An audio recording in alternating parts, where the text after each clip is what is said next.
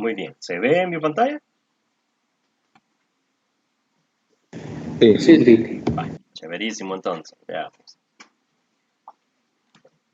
Entonces, a ver, es por acá.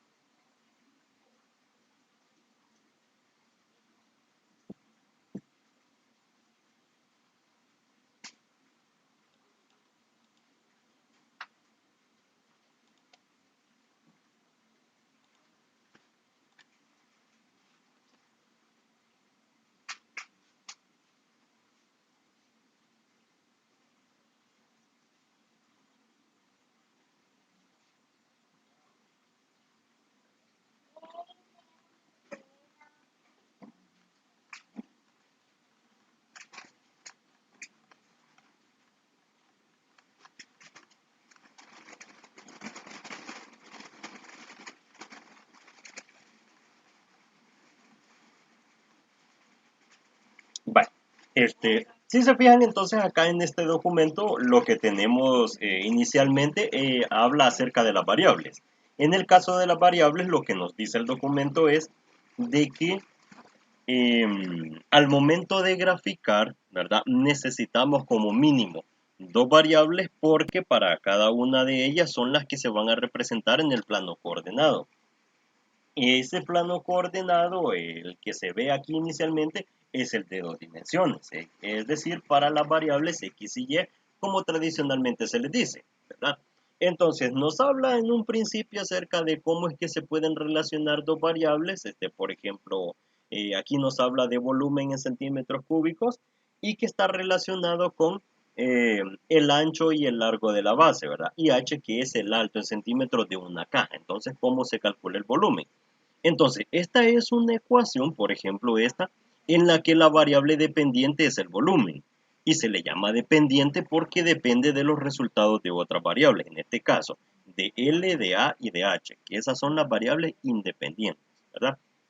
Y se le llama independiente justamente porque no dependen de otro factor o no dependen de otra variable, ¿verdad?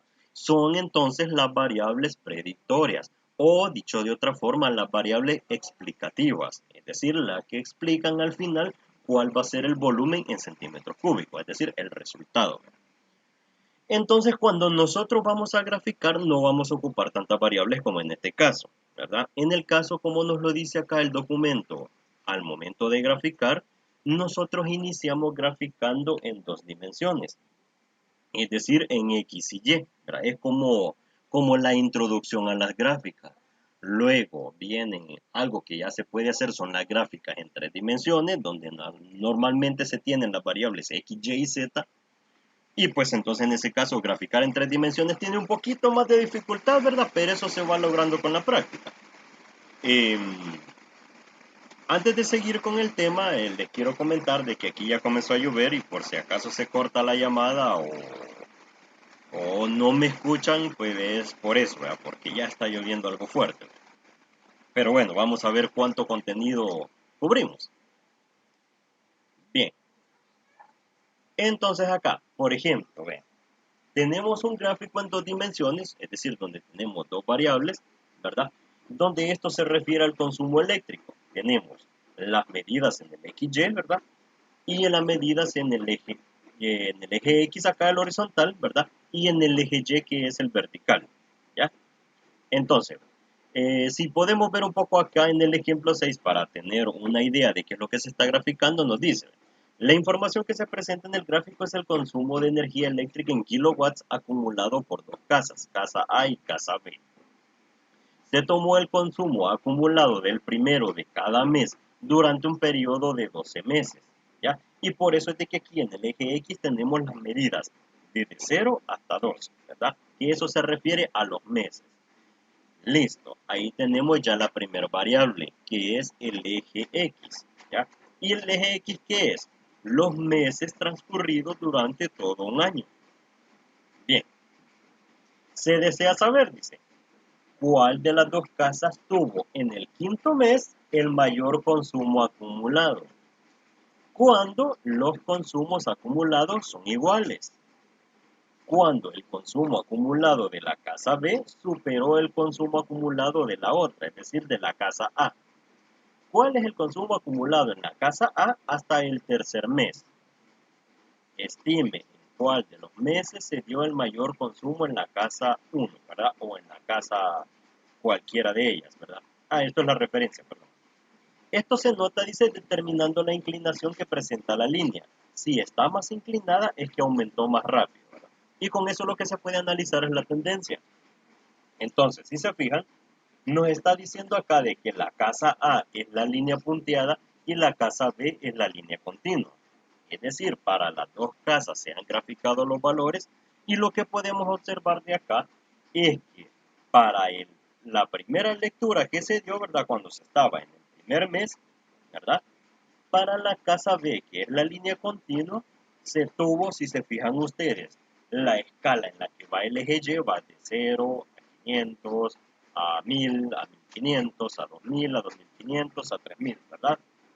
Si se fijan entonces, el puntito negro está como en la mitad, anda como por los 250 kilowatts consumidos. En cambio, la casa A está un poquito más arriba. Está ahí como por los 300, 350, ¿verdad? O 400, ¿verdad? Una lectura aproximada para el caso de la casa A, porque está más cerquita de los 500 kilowatts consumidos. ¿Ya? Y así sucesivamente nosotros podemos ir respondiendo las preguntas que están acá. Por ejemplo, se desea saber, dice acá, ¿cuál de las dos casas tuvo en el quinto mes el mayor consumo acumulado? Pues entonces nos vamos al quinto mes, nos dirigimos hacia arriba y ahí podemos ver entonces de que la casa A es el que tuvo el mayor consumo acumulado, ¿verdad? Siguiente, cuando los consumos acumulados son iguales, simplemente lo que hay que ver es dónde se unieron los puntitos y justamente los puntos que están unidos o donde hay un cruce de las líneas es justamente en el noveno mes. ¿Ya? Cuando los consumos acumulados son iguales, cuando el consumo acumulado de la casa B superó el consumo acumulado de la otra.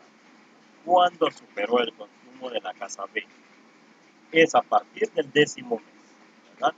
A partir del décimo mes podemos concluir que la casa B superó el consumo de la casa A. ¿Cuál es el consumo acumulado en la casa A hasta el tercer mes? Aquí está, miren. De forma aproximada podemos hacer la lectura de que anda como por los 1100 o 1200 la lectura para el tercer mes en la casa A. Y este es el tercer mes. Y la última pregunta. Estimen cuál de los meses se dio el mayor consumo en cada casa. Y como nos lo dice la nota. Esto se nota determinando la inclinación que presenta la línea. Si está más inclinada es que aumentó más rápido. Vamos a ver dónde hay una inclinación más rápida. Y si nos fijamos, desde el mes octavo, ¿verdad? Es decir, de agosto, luego septiembre, luego octubre, es decir, de agosto en adelante, es donde hubo un crecimiento más rápido. Y ese crecimiento más rápido lo tiene la casa B, porque es el que tiene las lecturas más altas. ¿Ya? Entonces, este es un ejemplo de aplicación que ustedes pueden observar acá de cómo es que se hace un análisis de los resultados para un fenómeno en particular, ¿verdad? Porque siempre se dice de que lo gráfico ayuda mucho mejor que lo escrito teóricamente, ¿verdad? Si en lugar de esta gráfica nosotros hubiéramos tenido eh, una tabla con los datos, es más difícil hacer este tipo de conclusiones, ¿verdad? Una gráfica ayuda mucho mejor. Vaya, pero entonces, ¿cómo es que se grafica, verdad? Para hacer los gráficos, eso nos lo dice el documento, ¿verdad?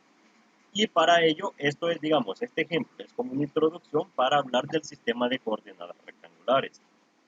El sistema de coordenadas rectangulares, lo que nos dice en pocas palabras es de que cuando nosotros tenemos un plano cartesiano, debemos definir cuál va a ser la variable horizontal, por así decirlo, o cuál va a ser el eje de las X y quién va a representar el eje de las Y, ¿verdad? Entonces, lo que esto nos dice acá es que para cada una de las variables x y y, cualesquiera que sean, ¿verdad? Por ejemplo, en el caso anterior, vimos de que la variable x era eran los meses transcurridos en los que se hacían las lecturas, y la variable y venía a ser la, la, los kilowatts consumidos, ¿verdad? Y los kilowatts acumulados.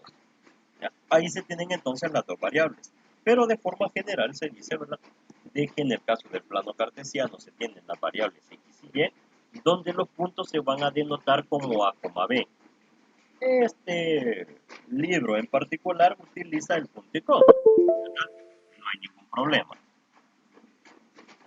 Pero por lo general es una coma la que se utiliza para separar un sistema de coordenadas, es decir, para separar dos puntos coordenados, ¿verdad? Hasta este momento, ¿estamos bien con esto que hemos platicado? ¿Se comprende? Sí. ¿Ok? Sí, se comprende. Se comprende el ejemplo que estuvimos hablando del consumo eléctrico y cómo es que se deben definir los puntos coordenados. Sí, se comprende. ¿Ok? Bien. Entonces, siendo así, ¿verdad? Vamos a buscar aquí en este documento un ejemplo más concreto.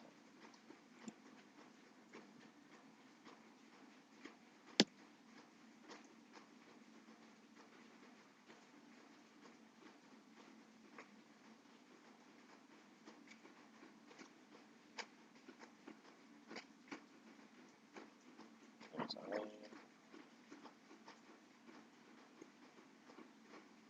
Vale, por ejemplo, acá, vean. Esto podemos mostrar. Por ejemplo, si se fijan acá, tenemos un sistema de ejes coordenados x, y, donde en cada uno de ellos están ubicados los puntos y los puntos hacen referencia a las medidas que deben tomarse. Es decir, cuántas unidades debe correrse a lo largo del eje X, ya sea a la derecha o a la izquierda. Para el eje Y, la segunda coordenada en los puntos nos dice cuántas unidades o cuántas lecturas nosotros debemos hacer hacia arriba en el eje Y o hacia abajo. Justamente estos puntitos que están acá tienen un signo en específico porque ese signo es el que nos determina hacia dónde nosotros debemos contar. No sé si ustedes se recuerdan de la recta real. La recta real es aquella en la que nosotros, bueno, la vamos a dibujar por acá.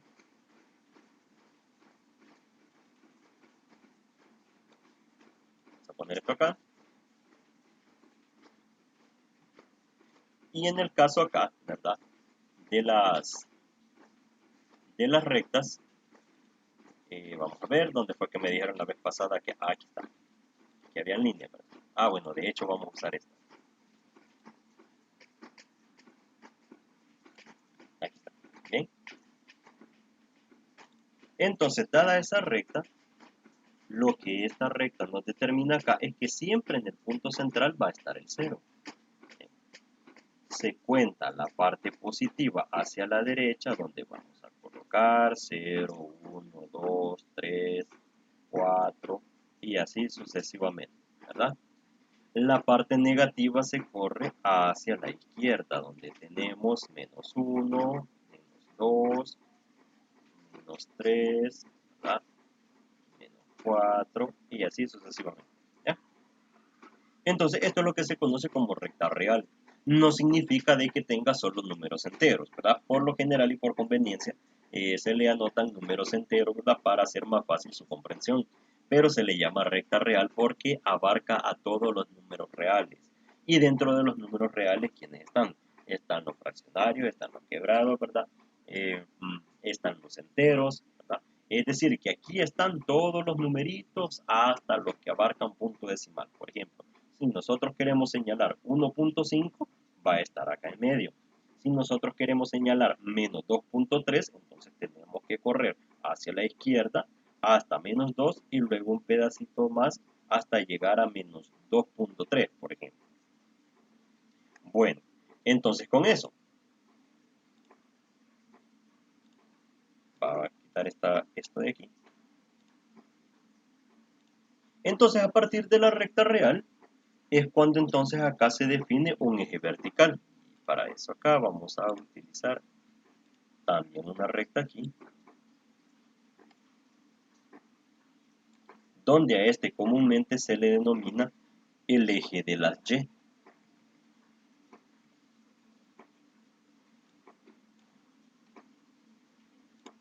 Ahí está. Y de la misma forma, se dice de que los positivos van hacia arriba, 3, 4, y los negativos hacia abajo, menos 1, menos 2, menos 3, menos 4, ¿verdad? Así sucesivamente. Bien. Esto sale más bonito en una página de papel cuadriculada, ¿verdad? Porque la medida es más precisa. Por lo general, los cuadritos de los cuadernos cuadriculados miden como medio centímetro. Entonces eso hace más fácil que la escala sea más exacta, ¿verdad? Para este caso, entonces, lo que ocurre en el plano cartesiano es de que cuando nosotros nos dan las coordenadas X y Y, por ejemplo, si un ejercicio nos dice grafique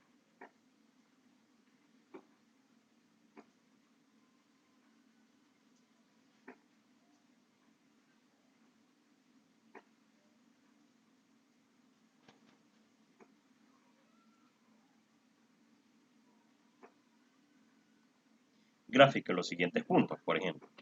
Y tenemos entonces 1,2, 3,4, 5,2, 3, menos 1, menos 1, menos 1 y 0, menos 3. ¿Verdad? De esa forma. Lo que la teoría nos dice aquí en este documento, ¿verdad? Es que nos tenemos que fijar cuál es la coordenada X y cuál es la coordenada Y. ¿Ya? Para eso entonces nosotros debemos establecer como norma general que cuando nosotros tenemos un punto, por ejemplo el 1,2, ¿verdad? Esta coordenada que está aquí se refiere a la coordenada X, ¿verdad? Y este valor que está acá se refiere a la coordenada Y, ¿verdad? Eso todo el tiempo, ¿verdad? Dando por hecho de que acá tenemos el eje X y que aquí tenemos el eje Y, ¿verdad? Entonces eso todo el tiempo. El primer valor nos está diciendo cuál es la lectura que nosotros tenemos que hacer en el eje X. El segundo valor nos está diciendo la lectura que nosotros tenemos que hacer en el eje Y.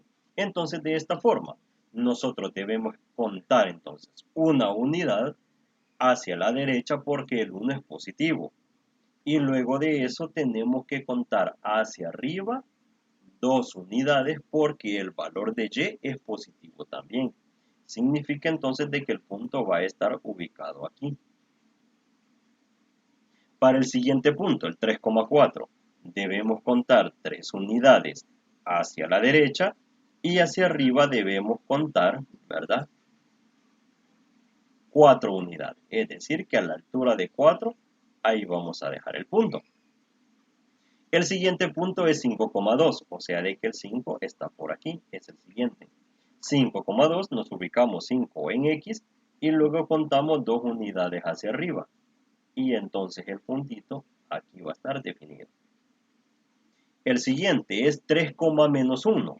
Vamos a contar 3 unidades hacia la derecha en el eje X y vamos a contar una unidad, pero esta vez hacia abajo en el eje Y. Es decir, de que nos vamos a mover en esta ocasión hacia abajo buscando el signo negativo de 1, es decir, menos 1. El siguiente punto nos dice que es menos 1, menos 1. Es decir, que ahora ya no vamos a contar en la parte positiva del eje X, sino que va a ser en la parte negativa. Entonces, le hacemos la lectura hacia la izquierda en el eje X y hacia abajo en el eje Y. la intersección de menos 1 con menos 1, que es esta que le estoy marcando en este momento, ahí es donde va a estar ubicado el punto menos 1, menos 1. Y luego el siguiente, 0, menos 3.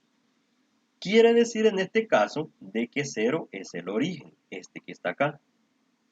Significa de que para el eje X no va a haber movimiento, sino de que solo va a haber movimiento en el eje Y. Tenemos que contar 3 unidades.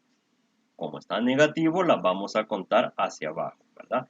Quiere decir entonces de que el punto va a estar ubicado exactamente sobre el eje Y. ¿Qué pasaría si nosotros tuviéramos un puntito adicional? El puntito 2, 0. Así. Es decir, una cuestión contraria a este último punto que acabamos de graficar. Significa entonces de que sobre el eje X nosotros vamos a hacer una lectura hacia la derecha. Acá. ¿Cuántas unidades vamos a subir o a bajar leyendo en el eje Y? Ninguna, ¿verdad? Porque nos dice 0. Significa de que ese punto se va a quedar ahí sobre el eje X. Y ahí es donde le vamos a hacer el manchoncito para ubicar ese punto de esa forma, ¿verdad? Es entonces de esta forma que se van ubicando los puntos, así como nos lo muestra el material, que tenemos una serie de puntos ubicados acá según las lecturas que se van haciendo. Como pueden ver, aquí hay un punto adicional que dice 0,0. Cuando se tiene el punto 0,0, significa de que no va a haber ningún movimiento a lo largo del eje X y tampoco ningún movimiento a lo largo del eje Y. Significa entonces de que el puntito se va a quedar justamente ahí, ¿verdad? En el origen, tal como lo estamos viendo en este momento. ¿Ya? ¿Se comprende esta idea? No sé si Sí. Ricardo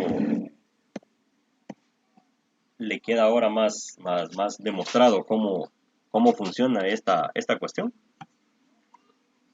Y si fuese con puntos también sería igual. Si fuera con puntos. Sí, ¿Qué 0.5. Sí. También, si fuera con puntos, de hecho vamos a borrar acá. Vamos a quitar esto.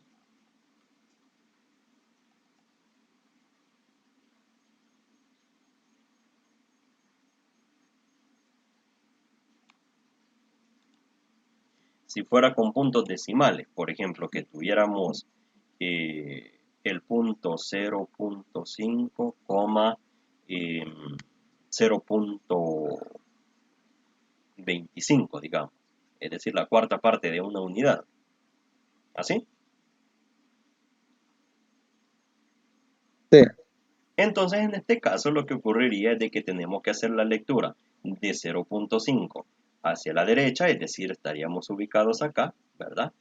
Y luego 0.25 unidades hacia arriba porque es positivo. Quiere decir de que el puntito quedaría como por aquí aproximadamente, ¿verdad?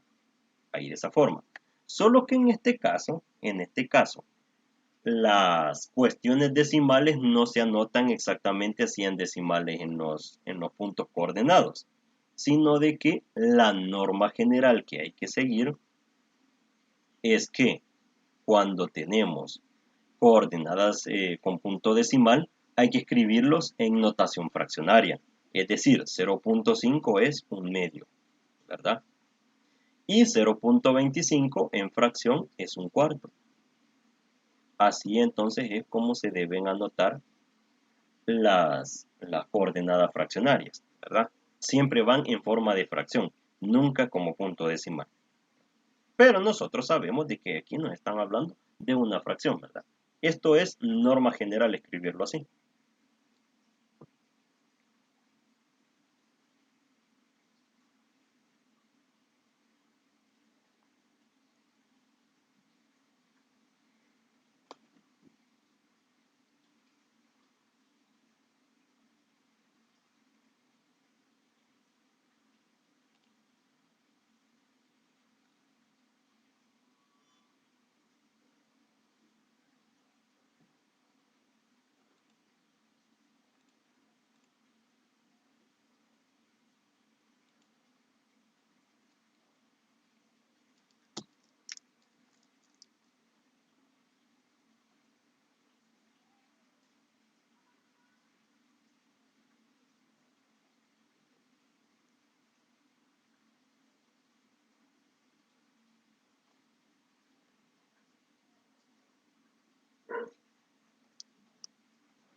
Bien, ¿alguna duda adicional?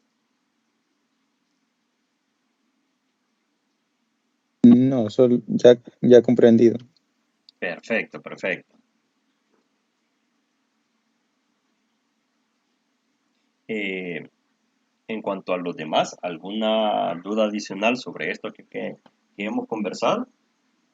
¿O algo adicional que ustedes han visto en el documento que ustedes hayan dicho, ¿y esto cómo será? De momento ninguna duda, Lito. Perdón, no le escuché. Como que se le escuchó algo cortado. De momento ninguna duda. Ah, ok. Excelente. Bueno, entonces siendo así, eh, quedamos de una sola vez, ¿verdad? Ya que estamos aquí varios reunidos, quedamos para la tutoría ordinaria que va a ser este sábado de 1 a 3 de la tarde, ¿verdad? Ya porque veo yo de que han leído algo del material y ya van por la parte de las gráficas, pues entonces vamos a avanzar más en eso, ¿verdad? Vamos a ahondar un poco más en cuanto a las gráficas, ¿verdad? A hacer gráficas un poquito ya más de nivel avanzado, ¿verdad? Tipo gráficas de este tipo y a hacer las lecturas de las gráficas, ¿verdad? ¿Cuál es la tendencia de las gráficas que llevan? Y a describir una forma general en la que se comportan. ¿Ya? Así que entonces, ¿verdad? Podemos quedarnos entonces para la tutoría ordinaria este sábado.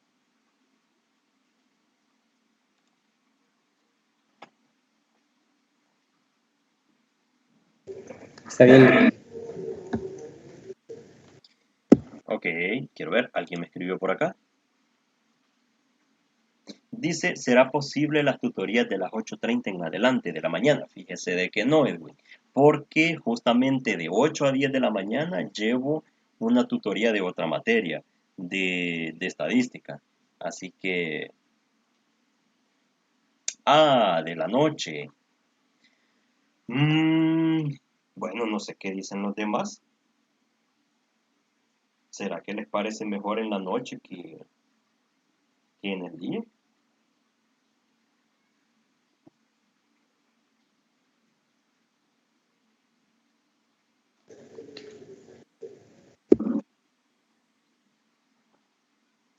Esta de repaso. Sí, claro, ¿verdad? No hay ningún problema. Es que lo que pasa es de que la norma general, ¿verdad? O por lo general, las tutorías se programan a las 7 8 es decir, horas redondas, ¿verdad? Pero si ustedes me dicen, miren, por motivos de que no he llegado todavía a mi casa o porque llegando a mi casa pues tengo que cumplir con otras responsabilidades, mis hijos, trabajo adicional, ¿verdad? Quisiéramos de que comenzáramos a las 8:30, no hay ningún problema, ¿verdad? Podemos comenzar a las 8:30.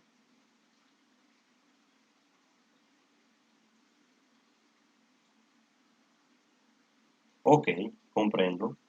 Sí, a veces así me pasa a mí también. A veces son las 9 de la noche y no he llegado aquí a mi casa todavía. Y se enoja mi esposa que venga 10 noches.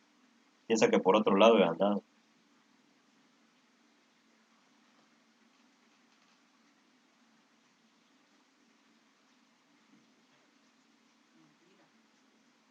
Qué mentira, dice, qué mentira.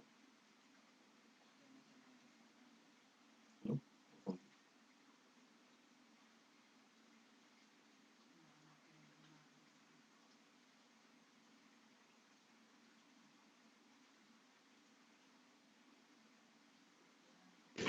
Sí, no hay problema que inicie a las 8:30. No hay problema. Va, excelente entonces. Podemos iniciarla a las 8:30.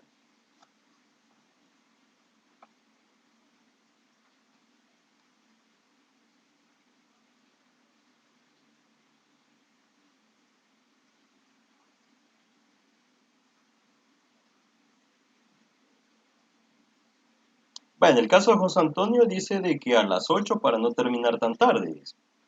Miren, la cosa es no complicarse con este tema, ¿verdad? Eh, por ejemplo, la siguiente semana que nos toca tutoría de repaso, ¿verdad? Y que ustedes me dicen, miren, reunámonos porque hay ciertos detalles que queremos platicar, ¿verdad? En ese mismo momento en el grupo podemos dialogar, vea.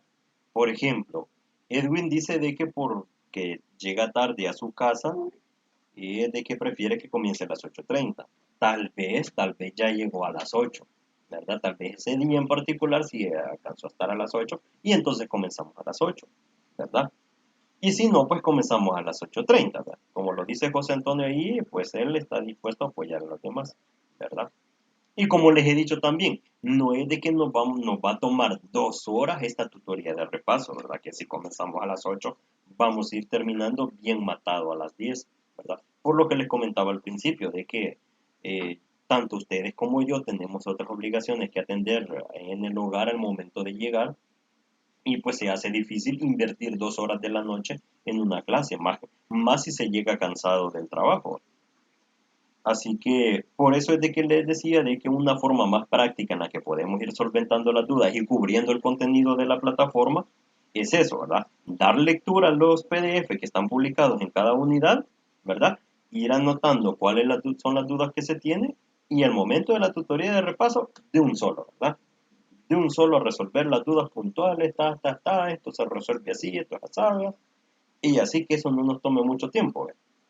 Y tener completamente claro el contenido de cada unidad.